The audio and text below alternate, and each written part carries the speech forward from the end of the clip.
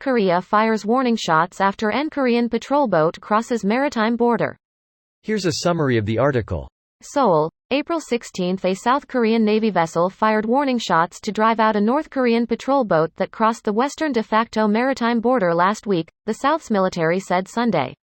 The North Korean boat crossed the northern limit line in waters northeast of South Korea's Bangyang Island in the Yellow Sea on Saturday at 11 a.m., prompting the South Korean Navy to dispatch its Chamshori-class patrol boat, according to the Joint Chiefs of Staff.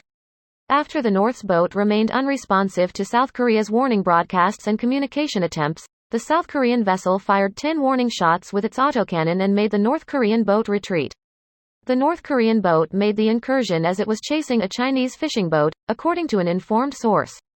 The JCS said there was contact between the South Korean vessel and the Chinese boat during the operation, and 3 of the South Korean sailors were sent to a hospital for injuries.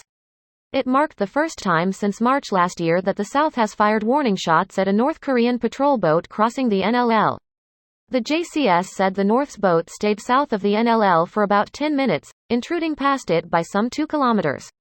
Some observers said the North may try to use the latest incursion as a pretext to prepare for sporadic provocative acts near the NLL.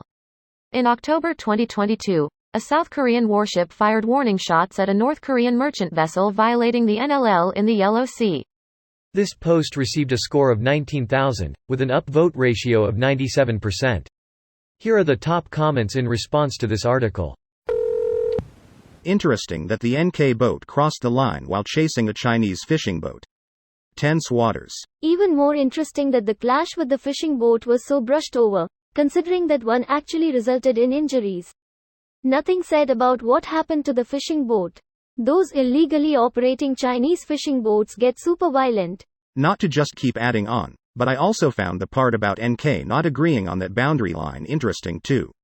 Like this whole situation was just chaotic. North Korea and South Korea have a shared interest in stopping illegal Chinese fishing in their portion of the Yellow Sea. It's complicated still further by the not super intuitive Northern Limit Line, which is the result of a 1953 UN agreement setting the maritime boundary between NK and SK. A bunch of islands off NK's coast are actually South Korea's, including Bangyang, which is where this happened. Complicating matters still further is NK's interpretation of the boundary lines, which admits that the islands are South Korea's, but claims nearly all of the waters around them, allowing SK only narrow sea lanes to preserve access. Toss in NK's long history of maritime incursions, and Bangyang's status as a listening post for South Korean intelligence, and, yeah. I don't think it gets enough attention and personally think this will be the area that finally kicks off a large conflict with major countries directly involved. Things are heating up globally for conflict, and the tech to live stream it makes people more aware, but it's interesting that despite that, we focus on our immediate areas or interests still.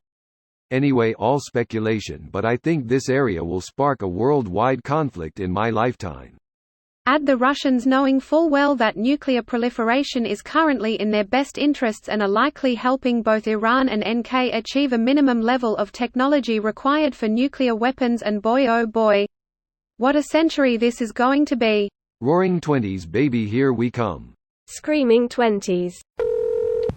I always thought Korea was a really backwards and broke country, but they're building big-ass missiles and shit, so I guess they're getting cash from somewhere.